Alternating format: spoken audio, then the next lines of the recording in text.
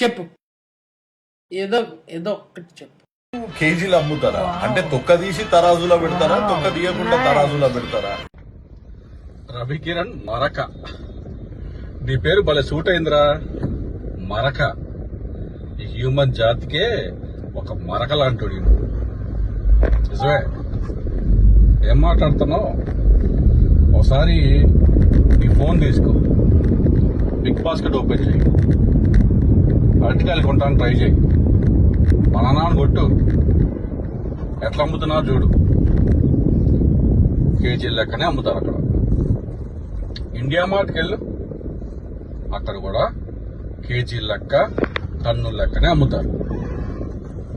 ఎప్పుడైనా మండీలకి వెళ్ళావా? మండీలు నువ్వు తినే బిర్యానీ మండి కాదు,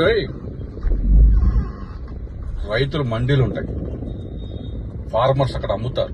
అక్కడ కూడా టన్నుల లెక్క, కేజీల లెక్కనే అమ్ముతారు. ఇన్ఫాక్ట్ బెంగళూరుకి వెళ్ళి డజన్ అటుకలు అడిగామనుకో మెట్టుబడి కొడతారు.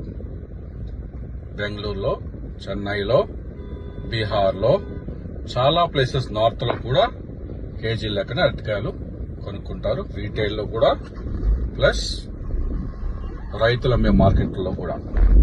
సో జగన్మోహన్ రెడ్డి గారు ఆ రైతుల గురించి మాట్లాడుతున్నారు. నీలాగా 1-2 కొనుక్కునే రోడ్డు మీద పోయే వాళ్ళ గురించి మటుకి మాట్లాడలేదబ్బా. అర్థమైందా? ఆయన రైతుల సమస్యల గురించి మాట్లాడుతున్నాడు.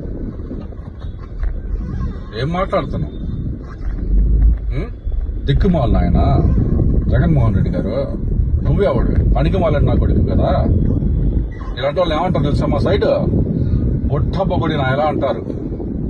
ఏందే బొట్టబొగడి మొహన ఎలా అంటారు. ఒక్క విషయంలో లాజిక్ ఉండదురా నీ దగ్గర.